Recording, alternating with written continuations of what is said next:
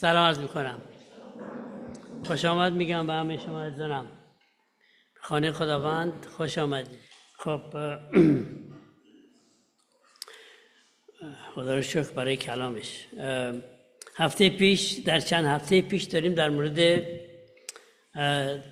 زندگی استر با هم صحبت میکنیم. هفته پیش در مورد خداوند صحبت کردیم که تو زندگی استر مثل یک رهبر ارکستر عمل کرد و در زمان معین و خاص اون چیزی که لازم بود رو در زندگی او قرار داد و همینطور همین کار رو در زندگی ما میکنه که امورات زندگیمون رو، مشکلات رو که باش مواجه هستیم، دردهایی رو که باش مواجه هستیم، در زمان مناسب یک شفا یا یک کمک برای ما میفرسته. گاهی اوقات زندگیمون مثل یه سمفونی آشفته هست، همونطوری که هفته پیش باهاتون در میون گذاشتم که همه چی ممکن هماهنگی نداشته باشه، ولی خداوند مثل یه رهبر ارکستر نوت‌ها رو به موقع سر جای خودش قرار خواهد داد. مانند یک رهبر ارکستر، خداوند در زمان مناسب در زندگی ما هارمونی ایجاد میکنه، هارمونی هماهنگی ایجاد میکنه و همه چی با هم کار خواهند کرد و اون آشفتگی زندگی ما رو به یک نظم میاره، دردها رو برمی‌داره. تو زندگی استر و قوم اسرائیل رو که نگاه میکنیم میبینیم که در زمانی که در مشکلات بودن بدون که خودشون بدونن، ولی خداوند از قبل براشون راهی مهیا کرد و امروز در مورد همین مسئله صحبت میکنیم. رومیان 8:28 میگه که به جهت آنانی که خدا را دوست می‌دارن و طبق اراده او خوانده شدند، همه چیز برای خیریتشون با هم در کار است. یعنی همه چیز ممکنه در زمان خاص خوب به نظر نیاد زمان ها، ولی در توتالیتی، در مجموع میبینیم که زندگیمون رو خداوند راست و ریست میکنه و اغلب ما در زندگیمون ممکنه امیدمون از دست بدیم، ممکنه در موقعیت‌های قرار بگیریم که امید رو فکر کنیم امیدی نیست، ممکنه به درهای بسته بر بخوریم، ممکنه فکر بکنیم که به بنبست رسیدیم، ولی خداوند در تمام سراسر کتاب مقدس به ما میگه که خداوند همیشه راهی مهیا میکند، یه راه نجات بر ما میذاره. داستان استر همین راه نجات هست که مشیت خداوند رو در بعیدترین موقعیت ها، غیر ممکن ترین موقعیت ها رو براشون به وجود آورده. خداوند راهی به وجود میاره وقتی که هیچ وقت هیچ راهی به نظر نمیاد. تو زندگیتون تا حالا شده که فکر کنید دیگه هیچ راهی ممکنه نیست برای من، مثل که به ته خط رسیدم، هیچ راهی نیست، ولی خداوند در همون موقعیت دیدیم که در گذشتمون همونطوری که دنیا دعا کرد و در موردش صحبت کرد که در آخرین لحظه به یاد خداوند میافتیم که چگونه در گذشته ما رو نجات داد، از دردهامون ما رو خلاص کرد، راه جدید، راه نو جلوی پای ما گذاشت. و ما گاهی اوقات در زندگیمون احتیاج داریم که دست خداوند رو در زندگیمون ببینیم و دست خداوند هست ولی هرچند که ما نمیبینیم، مثل یک روزه ابری که خورشید هست ولی ما خورشید رو نمیبینیم برای که ابر جلوی چشم ما رو گرفته. اون ابر امروز تو زندگیمون ممکنه مشکلاتمون باشه، دردهامون باشه که مثل یه ابر جلوی چشممون رو گرفته و خدا رو نمیبینیم در زندگیمون، در صورتی که هست و پشت صحنه داره برای ما کار میکنه. در چند هفته پیش در کتاب استر بخوایم با کسایی که شاید نشنیدن، اینه که خشایارشا به خاطر مسائلی ملکه رو عزل میکنه، وشتی رو عزل میکنه به خاطر اینکه نافرمانی میکنه ازش، و استر که یک دختر جوان یهودی بود به عنوان ملکه انتخاب میشه. یه خود میریم جلوتر میبینیم که یک وزیری رو به نام هامان به عنوان نخست وزیر انتخاب میکنه که بسیار با قوم یهود بد بودن، و این هامان به دلیلی که مردخای یکی از در واقع پسر عموی استر، ملکه که خودشو معرفی نکرده بود، اصلا نگفته بود پادشاه که اینا نسبتی به هم دارن، میبینیم که پادشاه دستور میده که همه در مقابل مردخای تعظیم بکنن و کرنش نشون بدن، و این نمیکنه، میگه من فقط یهودی هستم و جلوی خداوند کرنش میکنم و زانو میزنم. به همین دلیل کینه هامان رو به دل میگیره و تصمیم میگیره که نه تنها هامان رو از بین ببره، بلکه اصلا قوم یهود رو چیا کنه، همشون از بین ببره، و پیش پادشاه میره و میگه که این گروه اینجا هستن به نام یهودی ها، اینا رو باید از مملکت، از اصلا اینا رو دستشون رو برداریم. همین کاری که الان جمهوری اسلامی داره میکنه، فکر میکنه که میتونه و نخواهد کرد. و میبینیم که در انتهای این داستان میبینیم که همطوری که در مورد داستان استر نتونست هامانی همچین کاری رو بکنه، امروز هم اتفاق نخواهد افتاد. دستوری صادر میشه به وسیله هامان، فرمان پادشاه میاد، بعد مهر پادشاه را روش قرار میگیره که تمام یهودی ها رو در یک روز خاصی از بین ببرن، نسل‌کشی کنن. و این مردخای هستش که به استر میگه که حالا که تو ملکه هستی و خداوند تو رو شاید برای همین موقعیت در این سمت گذاشته، برو و شفاعت کن. استر هم میگه نه، من نمیتونم چی کاری بکنم، بخاطر اینکه اگر بدون اینکه منو بخواد که وارد تالار بشم، من اگه برم ممکنه که جونمو از دست بدم، مگر اینکه پادشاه به من لطف کنه و اون عصای خودش، عصای طلایی رو خودش رو به سوی من دراز میکنه. مردخای بهش میگه که خیال نکن که وقتی تمام یهودیان کشته شدن تو در کاخ سلطنت جان سالم به در خواهی برد. و آیه 14 استر فصل 4 آیه 14 میگه که اگر در این موقعیت تو ساکت بمانی، رهایی برای قوم یهود از یه جای دیگه میرسه، ولی تو از بین میری، اون برکت رو نمیگیری. میگه کسی چه میدونه، شاید برای همین زمان تو اصلا ملکه شدی. امروز خداوند ما رو در موقعیت‌های مختلف قرار داده بدون که بدونیم، شاید از ما داره استفاده میکنه برای یک انگیزه بزرگتر، یک مقصود بزرگتر که ما ممکنه ندونیم. ممکنه در زندگی دیگران بتونیم یه تأثیر بگذاریم، ممکنه با یکی آشنا بشیم و آشنایی ما باعث بشه که اون به مسیح ایمان بیاره. شاید آشنایی ما باعث بشه که یک دردی رو بتونیم براش حل کنیم، مثلا کمکش کنیم، راهی رو براش نشون بدیم، از تجربیات خودمون بتونیم استفاده کنیم که به یه شخص کمک کنیم. خداوند بی خودی ما رو در این موقعیت قرار نداده و باید آماده باشیم که خودمون رو در اختیار خداوند قرار بدیم.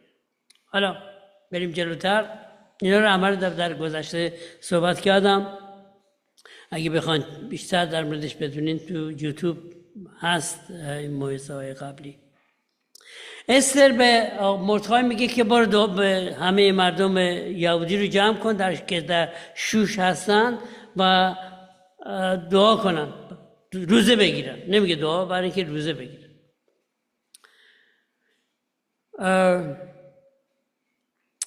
و بعد از 3 روز میرسیم به فصل 5. استر لباس سلطنتی خودش میپوشه و میره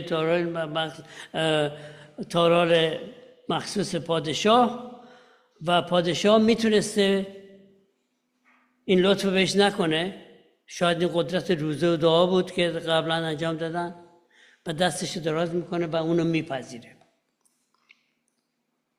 و بعد ازش میپرسه، میگه استر تو از من ملکه چی میخوای از من؟ اگه نصف مملکت هم بخوای بازم بهت میدم. استر برمیگرده میگه که من ازت خواهش میکنم که فردا با هامان دوتایی بیان یه براتون مهمونی دارم بگیرم. و نمیگه فردا، بگه همین امروز شاید. و این مهمونی رو براشون راه میندازه و هامان و اتفاق پادشاه میرن برای این مهمونی، این ضیافت. بعد از ضیافت برای هامان این مسئله خیلی بزرگی بود، چون آدم قدرت طلبی بود، خیلی فرصت طلب بود و برایش خیلی مهم بود که پادشاه، که ملکه، نه تنها پادشاه، تنها کسی رو که غیر از پادشاه رو دعوت میکنه تو این ضیافت هامان هست. با یه افتخاری میاد بیرون که بره به همه بگه، به زنش بگه، به هم دوستاش بگه، چون خیلی آدمی بود که خودنما بود، خودش رو میخواد نشون بده. میاد بیرون، آقای هامان، آقای مردخای رو میبینه که جلوش پا نمیشه، تعظیم نمیکنه، هیچی هم نمیگه،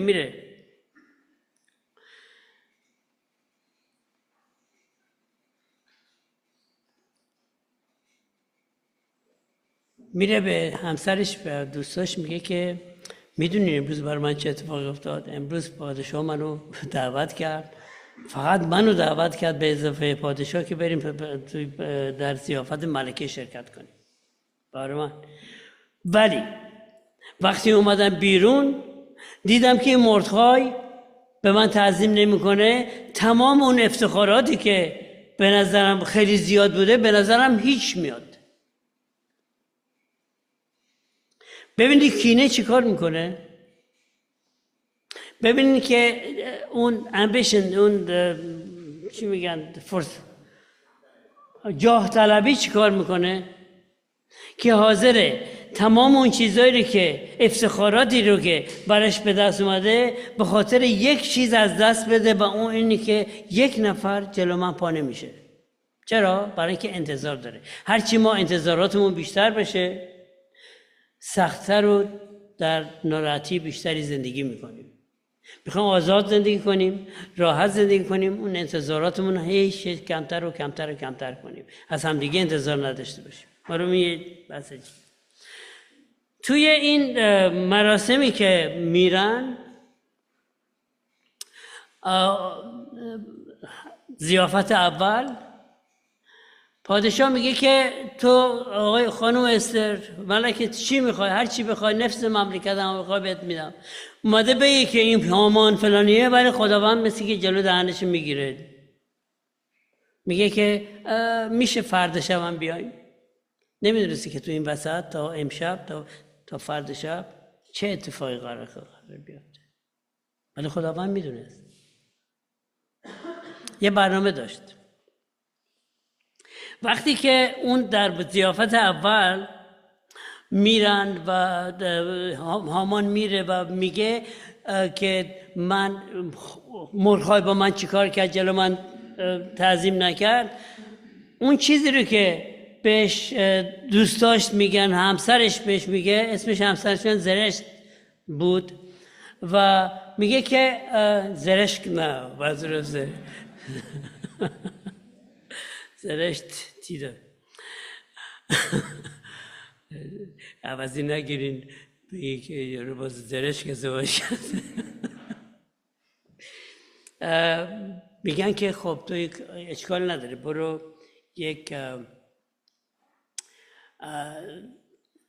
دار درست کن 25 متر 75 فیت، که بعدش هم فردا برو از خشایرشا بخوا که مردخای رو اعدام کنی.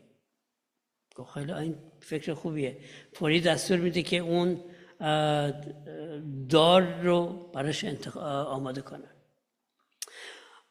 حالا از اون بر آقای خشایرشا میره خونه، خوابش نمیبره.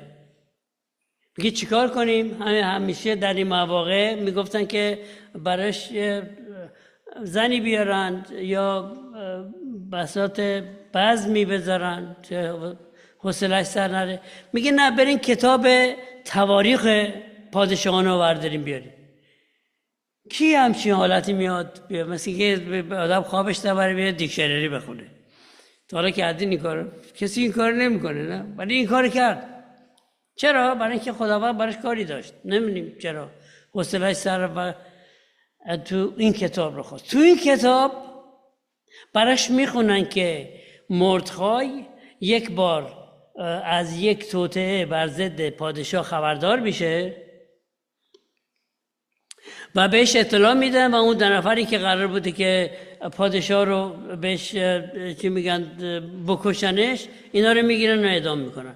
بعد میپرسه، میگه برای این شخصی که یه همچین کاری کرده، یک لطفی رو به من کرده که اسمش مردخای، چی کار کردیم؟ هرچی میگردن میگن که نه، پادشاه برای این شخص ما هیچ کاری انجام ندادیم، هیچ پاداشی بهش ندادیم. گفت باید بهش پاداش بدیم. کی امروز توی پادشاه چه مقامی امروز در کاخ سلطنتی هست؟ میگم مردخای، ببخشید هامان اینجاست. حالا هامان اونجا چرا بود؟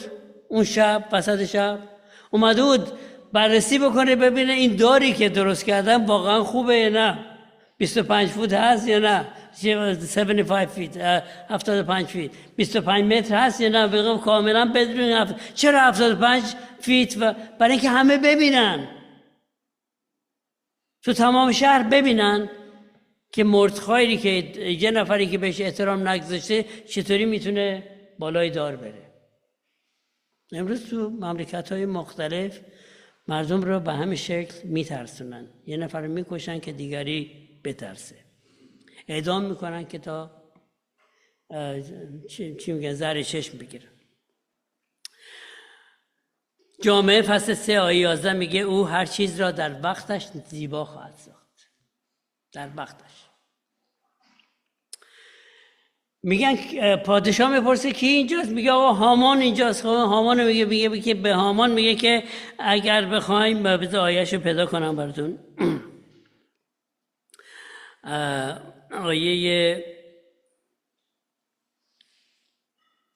آیه 6 فصل استر فصل 6 آیه 6. وقتی هامان اومد پادشاه بهش گفت شخصی هست که مایلم بو عزت ببخشم. به نظر تو برای این باید چیکار کرد؟ حالا هامان اومده میخواد برای چی؟ تقاضای اعدام مردخای رو بکنه و پادشاه داره همچین حرفی رو بهش میزنه. هامان میگه با خودش فکر کرد غیر از من چه کسی مورد عزت و احترام پادشاه است؟ حتما منو میگه.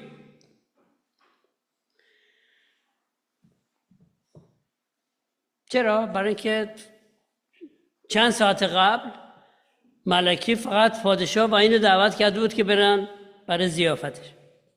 پس به خودش این اجازه رو میداد، حق هم داشت. منم بودم شاید همینطوری فکر میکردم، حتما منم که میخواد به من عزت و احترام بگذاره پادشاه. پادشاه حالا چی جواب میده؟ او به پادشاه میگه که برای اون شخصی که یه همچین عزت و احترام میخوای بدی، خوبه که اسب سلطنتی رو بذاری با اون زیورالات و فلان همه چیزا رو بکنی، یکی از امیران رو بیاری تو اینو بشونن و جلوی این اسب برن، از دانه اسب بگیرن و بگن که این است پاداشی که پادشاه به کسایی رو که میخواد عزت و احترام بده انجام میده براش. آیه 10 رو بخونیم. یعنی خداوند چطوری ورق رو میتونه برگردونه. نه امروز تو زندگی چه جایی هست که دوست دارین خداوند ورق رو برگردونه، دردها رو به شادی تبدیل کنه، غم و غصه رو به شادی، رخت عزا رو در بیاره و رخت شادی در تنمون کنه. آیه 10. پادشاه به هامان فرمود ردا و اسب را هر چه زودتر آماده کن و هر چه گفتی با تمام جزئیاتش برای کی؟ برای این مردخای یهودی انجام بده. قیافه هامان دیدنیه واقعا. نه طرف رو میخواد بره تقاضای اعدامشو بکنه، حالا پادشاه بهش میگه که باید بری بهش احترام و عزت بدی. این هست اون چرخش، چیزی که میتونه برگردونه، میتونه عوض کنه چیزا رو، میتونه نه.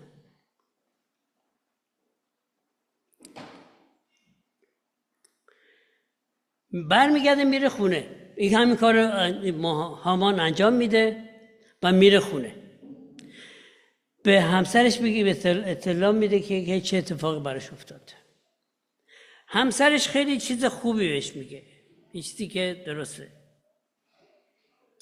میگه که این مردخای یه یهودیه و تو امکان نداره بتونی اینو از بین ببری. نمیتونی اینو از بین ببری، امکان نداره.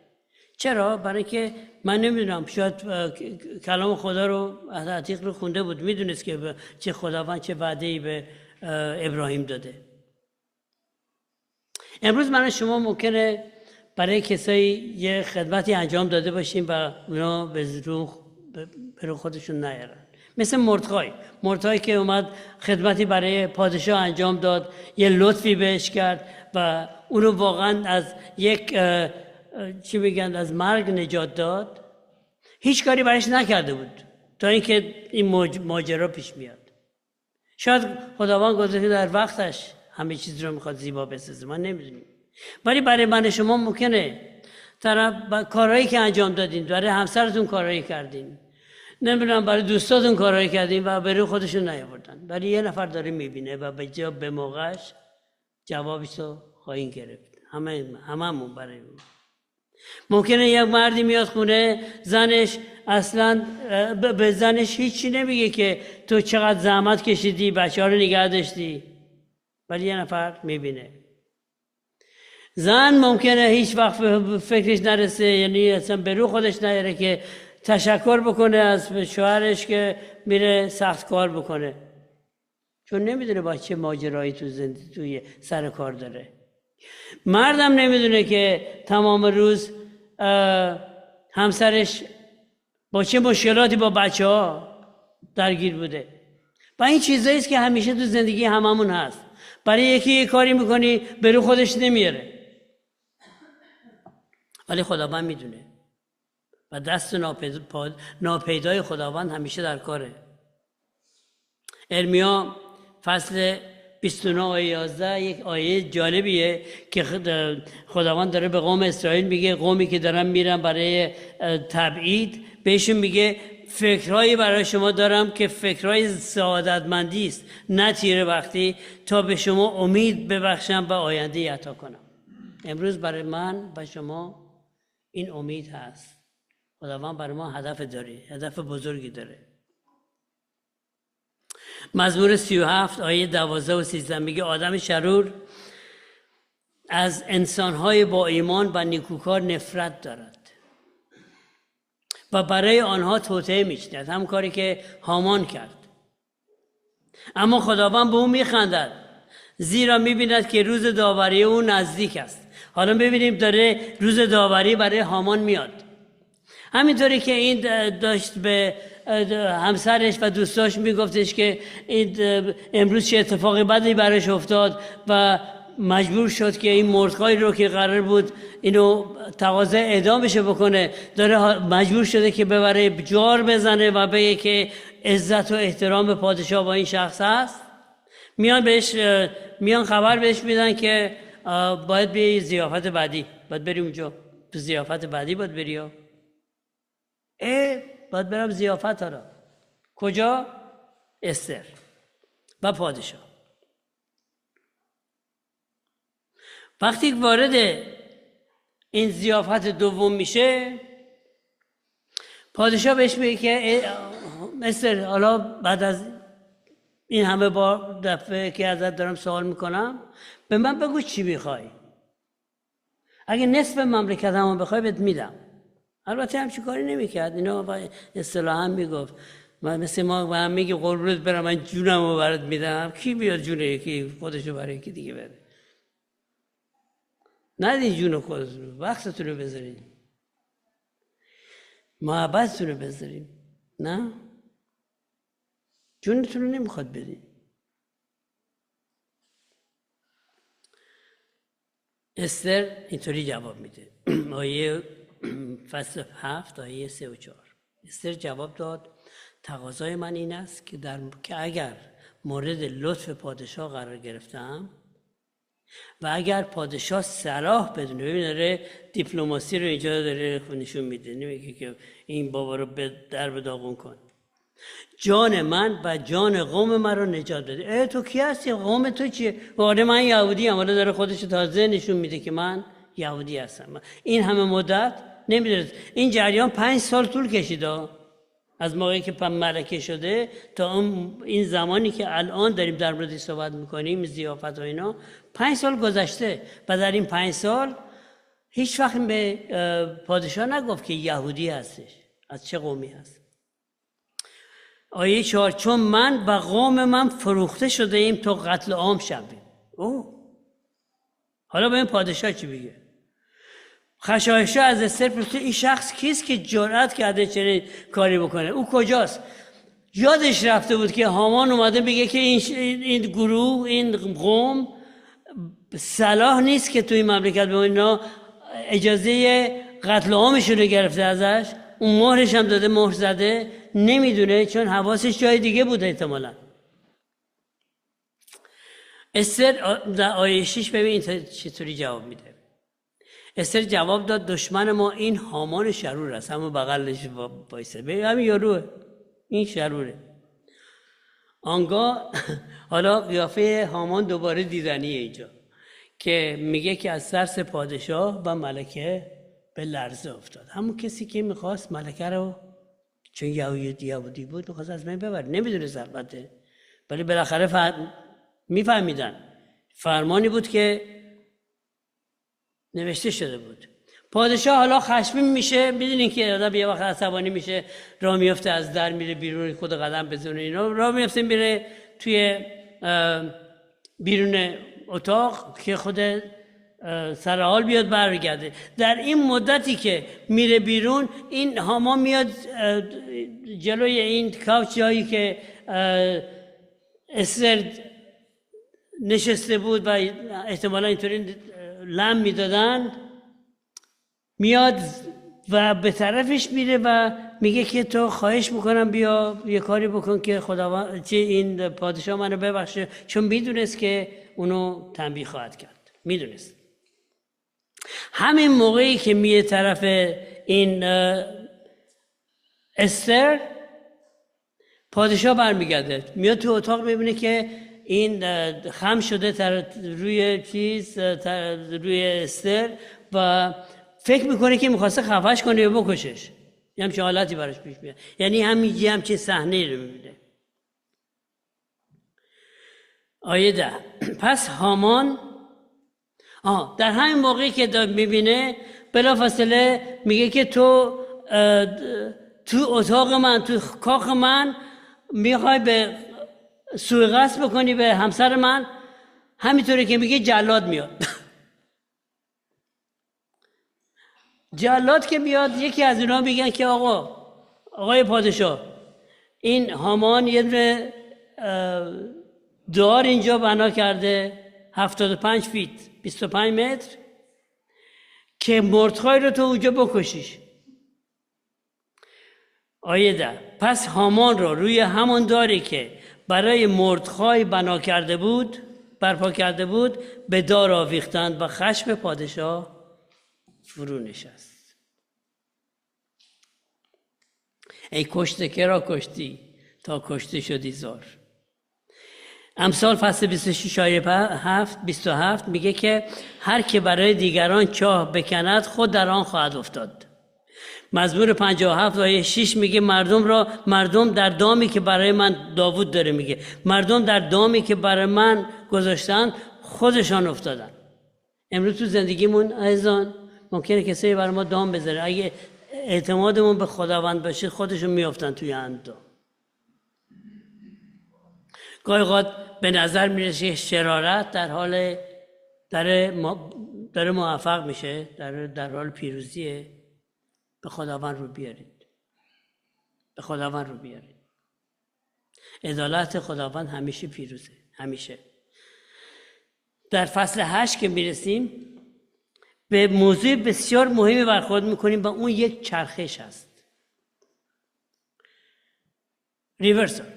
خداوند چیزها رو عوض میکنه، موقعیت ها رو عوض میکنه، راهی جدید میگذاره.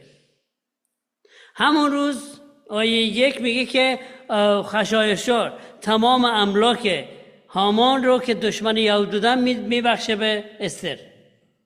این یه تحولی هستش.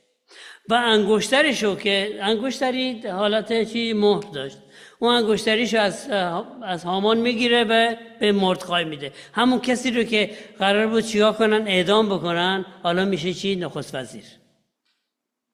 همون آدمی که میخواست این مردخای رو از بین ببره، نخست وزیر بود، خودش به جای اون اعدام میشه و موقعیتش میرسه به مردخای. خداوند از طریق شجاعت قومش راهی مهیا میکنه. یوشع دستیار موسی بود. وقتی که موسی مرد و قرار بود که قوم رو به هدایت یوشع وارد سرزمین وعده بکنن، برن، خداوند این وعده رو میده. یوشع فصل 1 آیه 9 میگه آری قوی و شجاع باش، ترس و واهمه رو از خودت دور کن، هر جا بروی من که خداوند خدای تو هستم با تو خواهم بود. شجاعت داشته باش. و این شجاعت رو استر نشون میده. وقتی که حکم باعث میشه که حکم برگرده. استر در آیه 3 فصل 8 میگه دوباره همون لباس سلطنتی رو میپوشه و میره و جلوی پادشاه میسته و میگه که خواهش میکنم به قوم من رحم کن، لغو کن اون کشتار رو. جامعه فصل 3 آیه 11 میگه او هر چیز را در وقت، با هم بخونیم اینو، او هر چیز را در وقتش زیبا خواهد ساخت. در وقتش. پادشاه دوباره اون عصای سلطنتیشو بهش میده و بهش اجازه میده که بیاد و درخواستشو بگه. ولی بهش یه چیزی میگه که حکمی که نوشته شده امکان پذیر نیست که برگردونیم. ولی شما یه کار دیگه میتونید بکنید. میتونید یه حکم دیگه‌ای بنویسین و که اونو اوورراید بکنه، تبصره‌ای باشه رو اون. آیه 8 قسمت اولش میگه که اما حکمی را به نام پادشاه صادر شده و با انگشتر اون مهر شده باشه نمیشه لغو کرد. اینو نمیشه لغو کنیم. اگه فرمان کشتار دادیم اون در اون روز کشتار انجام خواهد شد. ولی میتونه پادشاه گفت بدون حکم جدیدی صادر بکنه که جایگزین اون حکم اول بشه. قسمت دوم این آیه میگه ولی شما میتوانید حکم دیگری مطابق میل خود به نام پادشاه برای یهودیان صادر کنید و آن را با انگشتر مهر کنید. اشعیا فصل 43 آیه 19 خداوند به قوم اسرائیل میگه میخواهم کار تازه‌ای و بی سابقه براتون انجام بدم. این کار بی سابقه ای بود که پادشاه گفت به نام من میتونید مهر کنین که هر چیزی که میخواین بنویسید. همین الان را اینجا رو خداوند به قوم داره میگه. آن را نمیبینید که یه کار جدید دارم براتون انجام میدم. امروز تو زندگی من شما خداوند شاید داره یه کار جدید انجام میده. در بیابان جهان برای شما چی؟ جاده‌ای میسازم تا به سرزمین خود بازگردید. این بود زمانی داره میرسه که به قوم اسرائیل وقتی که با فرمان کوروش فرمان آزادیشونو داده بود میخواستن برگردن و میترسیدن که برن. میگه که من برای شما راه جدید میسازم و برای ایشان در صحرا نهرها به وجود میارم. امروز در زندگی خشک مشکلاتمون خداوند میتونه نهرها درست کنه. من نمیدونم خود با چه چیزی داریم میجنگیم. رومیان فصل 6 آیه 23 اینو به ما میگه مزد گناه چیه؟ مرگه. فرمان اول اینه هر کسی گناه بکنه باید مرگ داشته باشه. دنباله این اما هدیه رایگان خدا به کسانی که به خداوند ما عیسی مسیح متحد هستند حیات جاودانی است. آمین. درسته که تو واقعا چه اتفاقی افتاد؟ آدم و حوا گناه کردن و مزد گناه این بود چی؟ که بمیرن. خداوند بهشون گفته بود اگر از اون میوه از اون درخت میوه اون درختی که بهتون گفتم بخورین حتما خواهید مرد. ولی وقتی دید که این گناه رو کردن خوردن برایشون چیکار کرد؟ اومد قربانی انجام داد. و امروز برای من و شما وقتی گناه کنیم قربانی هنوز هست و اون قربانی خود عیسی مسیحه. و خدا جهان را انقدر محبت می‌کنه که پسر یگانه خود را داد تا هر کی به او ایمان بیاره هلاک نگردد بلکه حیات جاودانی. خداوند همیشه در راهی مهیا میکنه برای چرخش دیگه این بود خسری باید بگم غم‌های ما را برمی‌داره و شادی جایگزین میکنه. وقتی فرمان پادشاه رسید به مردم به قومیه همه شادی کردن. ولی قبلش در فصل 4 می‌بینیم که وقتی فرمان مرگ رسیده بود همه چیکار کردند؟ پلاس پوشیدن و گریه‌زاری کردند. استر فصل 8 آیه 17 میگه فرمان پادشاه به هر شهر و استانی که میرسید یهودیان آنجا غرق شادی میشدن و جشن میگرفتن. مزمور 30 آیه 5 با هم بایستیم لطفاً. اگر تمام شب نیز اشک بریزیم اما صبحگاهان باز شادی آغاز خواهد شد. آمین. پایان شب سیاه سپید است. پایان شب سیاه سپید است. همطوری که دنیا برامون تو دعاش کن. نه؟ میگن تاریکترین مومنتون لحظه شب درست قبل از سپیده صبح. امروز ممکنه تو زندگیمون تاریکی باشه ولی پایان شب سیاه سپید است. مزمور 30 آیه 11 میگه خدایا تو ماتم مرا به شادی و رقص تبدیل کردی. تو رخت عزا را از تنم در آوردی و لباس جشن و شادی به من پوشاندی. امروز ممکنه در زندگیمون جایی باشیم که درد باشه، غم باشه، ولی شادی خداوند قوت من است.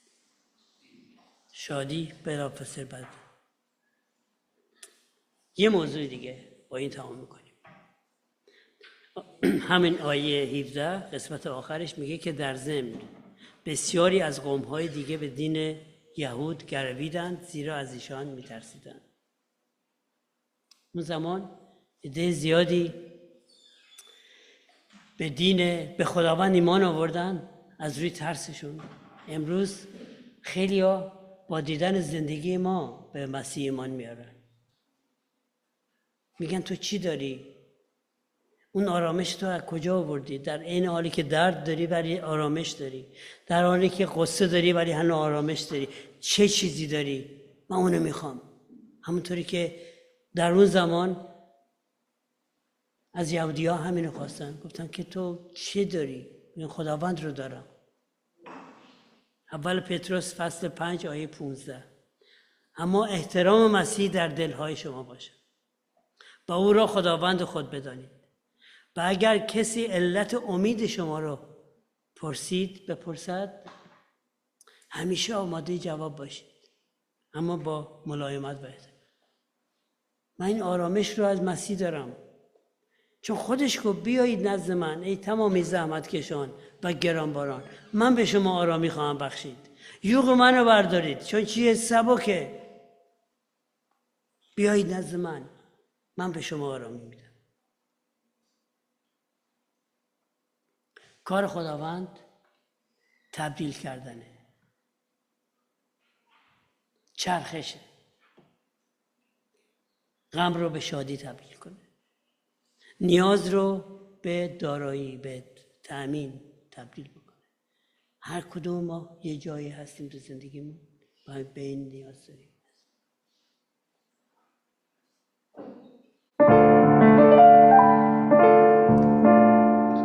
ای سرور آسمان اومدی به این جهان، گشتی چو باران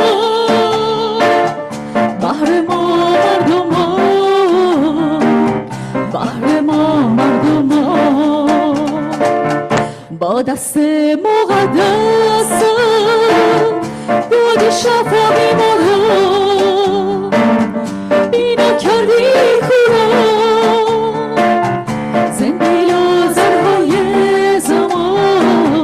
زنده لازمهای زمان. کار تو تبدیل است از موت به حیات، از ملکوت ظلمت به ملکوت حیات.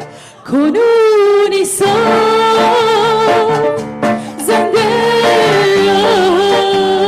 است تا تبدیل کند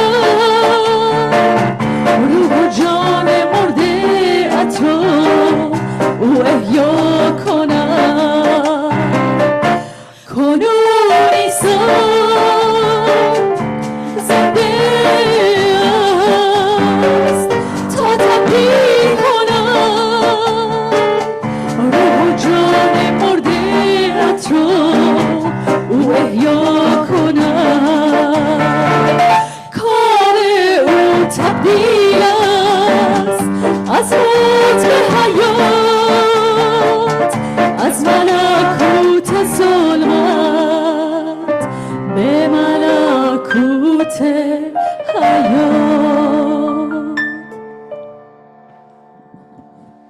همینجا بمونید.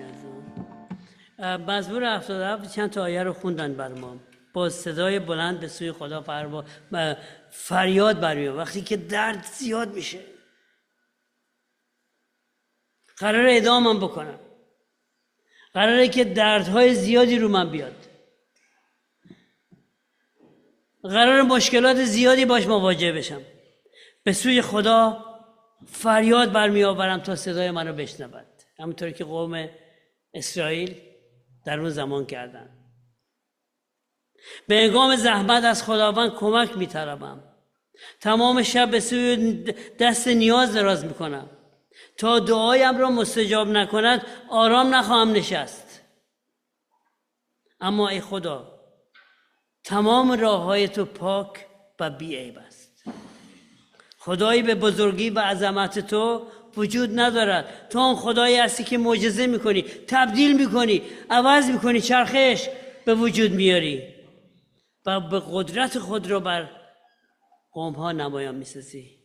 امروز همونطوری که خداوند برای قوم ها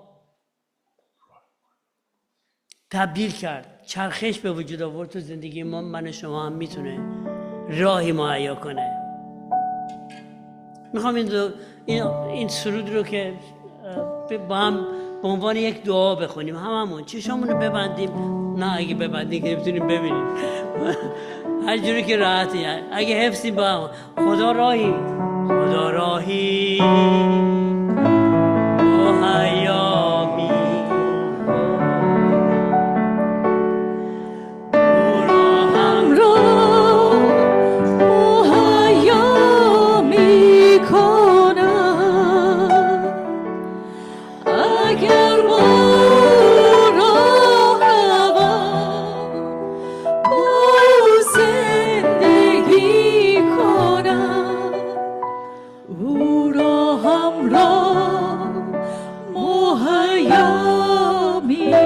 کنم عیسی برای من همه چیز است برای هر مشکل او جواب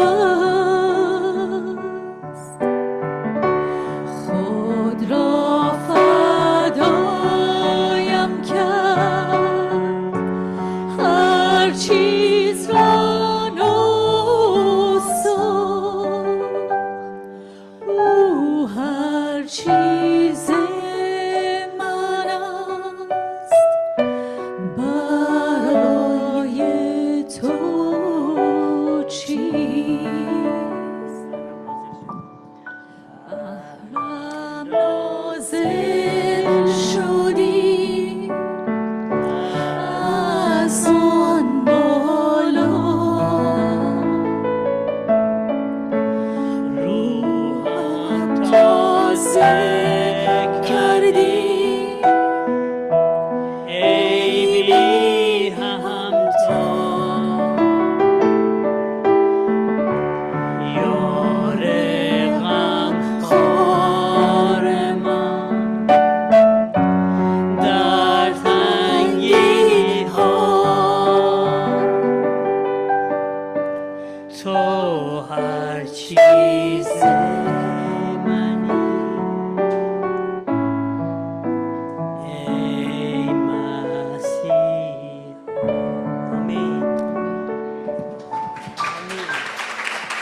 برای خداوندی که جانشو برای ما داد دست میزنیم برای بغل دستتون بگین که خداوند شما رو برکت بده خداوند شما محافظت فرماید خداوند روی خود را بر شما تابان سازد خداوند بر شما رحمت فرماید عزیزان که در زوم با ما هستید خداوند لطف خود را بر شما نشان دهد و شما رو سلامتی و آرامش بشه آمین